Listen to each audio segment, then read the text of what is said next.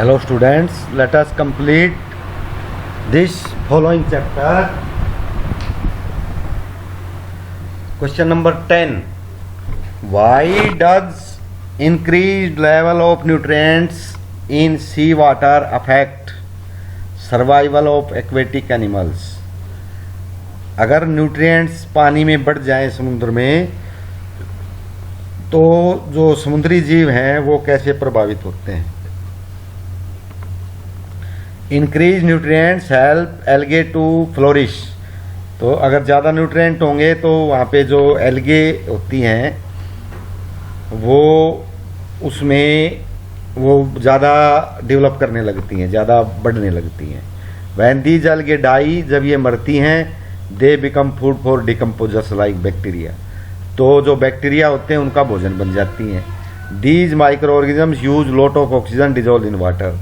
और ये क्या करते हैं कि जो पानी में ऑक्सीजन घुली हुई है उसका प्रयोग करते हैं। So decrease in oxygen level in water, इसलिए जो पानी के अंदर ऑक्सीजन घट जाती है, डिक्रीज हो जाती है, तो उससे एक्वेटिक एनिमल्स में डेंजर आ जाता है क्योंकि उनके लिए ऑक्सीजन की कमी हो जाती है। What is air? The mixture of gases like nitrogen, oxygen, carbon dioxide, water vapours, helium, methane is called air. तो जो गैसेस हैं अलग अलग, जो अभी नाम बताए, इनका जो मिश्रण है उसको हम एयर या हवा बोलते हैं। What is air pollution? How air is polluted? तो पोल्यूशन होता है व्हेन इम्प्योरिटीज लाइक डस्ट, तो जो अशुद्धियाँ होती हैं जैसे धूल है, एसिड्स, राख, पार्टिकल हैं, micro organisms are entered into air. तो ये चीज़ें जब हवा में मिल जाती हैं, and disturb the constitution of air, और जो उसका ऑर्गेनाइजेशन है या कंस्टिट्यूशन है,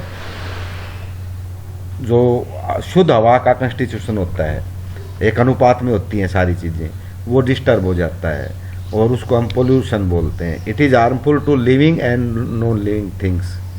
तो ये जीवित और अजीवित चीज़ों को नुकसान पहुंचाती हैं।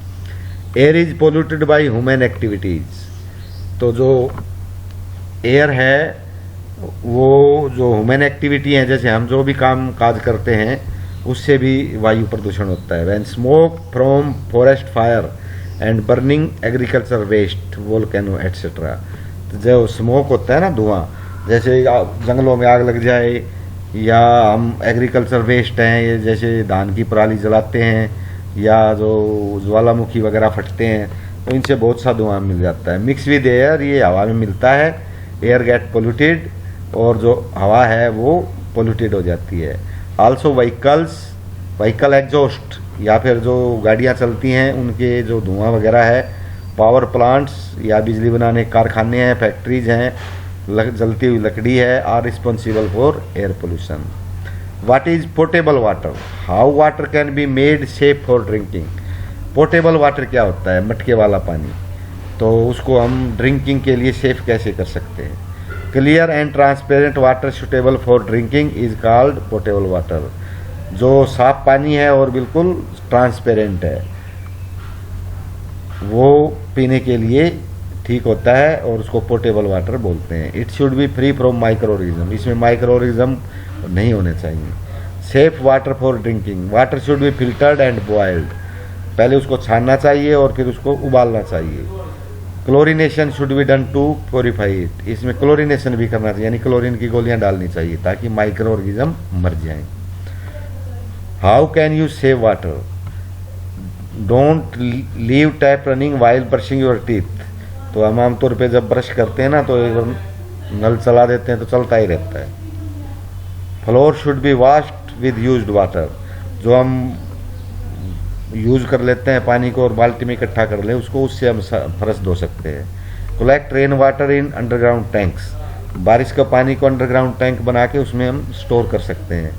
The tap should be leakage free, और टैप लीकेज नहीं होना चाहिए, वो जो बूंद बूंद पड़ता रहता है ना उसको ठीक कराना चाहिए। What is water pollution?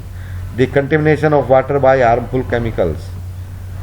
जो कंटेमिनेशन जो हार्मफुल केमिकल्स होते हैं, हानिकारक जो रसायन होते हैं, या माइक्रो ऑर्गेनिज्म होते हैं, सूक्ष्म जीव, या सीवेज होता है, या जो खाद वगैरह डालते हैं हम, फर्टिलाइजर्स, और जो फैक्ट्री का वेस्ट है, ये जब पानी में मिल जाता है तो पानी गंदा हो जाता है, इसको हम वाटर पोल्यूशन कहते हैं। What is depletion of ozone layer और ओजोन होल, यानी जो ओजोन होल है वो क्या है या ओजोन में जो डिप्लीशन है वो कमी आ जाती है या कट जाता है, वो खराब हो जाती है। Use of chlorofluorocarbon CFC in refrigerator air conditioner damage ozone layer. तो जो CFCs हैं ये जो हम आमतौर पे यूज़ करते हैं ठंडी करने वाली चीज़ों में, तो ये ओजोन लेयर को जो है नुकसान पहुंचाते हैं। At some points ozone layer torn out completely, किसी किसी जगह पे जो ओजोन लेयर है वो पूरी तरह से टूट चुकी है। And some holes are created, और उसमें छेद हो गए हैं। These are called ozone holes. What is smoke, how it is produced, mixture of smoke and fog. जैसे फॉग होती है ना, धुंध पड़ती है, पानी की बूंदें जम जाती हैं, और जो स्मोक है धुआं, वो दोनों जब मिल जाती हैं तो इसको स्मोक बोलते हैं। इट रिड्यूसिस विजिबिलिटी, इससे क्या होता है कि विजिबिलिटी कम हो जाती है। It is formed by mixing of nitrogen oxide with fog. तो जब जो फॉग होता है, धुंध होती है, उसमें नाइट्रोजन ऑक्साइड जो है उसमें मिक्स हो जाती है। Vehicle exhaust and factory produce smoke and nitrogen oxides. तो जो व्हीकल एग्जॉस्ट हैं या फैक्ट्री के जो धुआं वगैरह है उसमें नाइट्रोजन ऑक्साइड होती है। दस स्मोक इज फॉर्म, इस तरह से स्मोक पैदा होता है। What is ozone layer, how it is helpful for our environment. Ozone is a gas, it is present as a layer around earth 60 kilometre above the ground. तो धरती से 16 kilometre ऊपर ये एक परत होती है ओजोन की, O3 होता है। It protect us from ultraviolet rays of sun. सूरज की जो अल्ट्रावायलेट रेज होती हैं ये ऊपर ही रोक लेता है। Ultraviolet rays because cancer to man, क्योंकि वो हमारे लिए नुकसानदायक है, कैंसर हो जाता है। What steps are taken to save Taj from air pollution, Taj Mahal को कैसे बचाया जाए। The clean fuel like LPG CNG should be used by vehicles. तो व्हीकल्स में LPG और CNG जो है यूज करनी चाहिए। In near by areas petrol should be unleaded, और जो पेट्रोल है वो भी लेड फ्री होना चाहिए, अनलेडेड होना चाहिए। Which of the following is poisonous gas, CO SO2 NO2 CO2। तो कार्बन मोनोऑक्साइड होती है ना, ये पॉइजनस होती है। अगर ये ज़्यादा मात्रा में सूंघ ली जाए तो फिर आदमी मर जाता है। Marble cancer is called by, तो ये एसिड रेन से होता है। कैंसर का मतलब होता है उसमें धब्बे पड़ जाते हैं। मेन ग्रीन हाउस गैस, तो ग्रीन हाउस गैस वो होती है जो धरती के तापमान को बढ़ाती है, तो कार्बन डाइऑक्साइड है। The world's population without safe drinking water, तो लगभग 25% संसार की पॉपुलेशन है जिसमें अच्छा पानी नहीं मिलता। Increase level of CO2 responsible for global warming, तो अगर CO2 बढ़ेगी तो टेम्परेचर इंक्रीज होगा, उसको ग्लोबल वार्मिंग बोलते हैं। Van Mahotsav is celebrated month of July. Cholera is caused by contaminated water, तो जो पोल्यूटेड वाटर होता है ना भैजा उससे फैलता है। Full form of CNG compressed natural gas, LPG liquefied petroleum gas.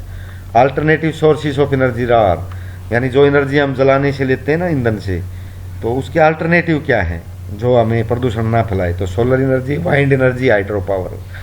तो सन जो सूरज से मिलती है वो सोलर एनर्जी होती है, हवा से मिलती है वाइंड एनर्जी, और जो नदियों पे बांध बना के हम बिजली बनाते हैं वो होती है हाइड्रो पावर। तो ये अब आपका पूरी बुक ही ख़त्म हो गई है, तो जो इसको पढ़ना है, याद करना है, तो अगले स्टेप में देखते हैं कि उसको कैसे हम इवेल्युएट आपसे करवाया जाए।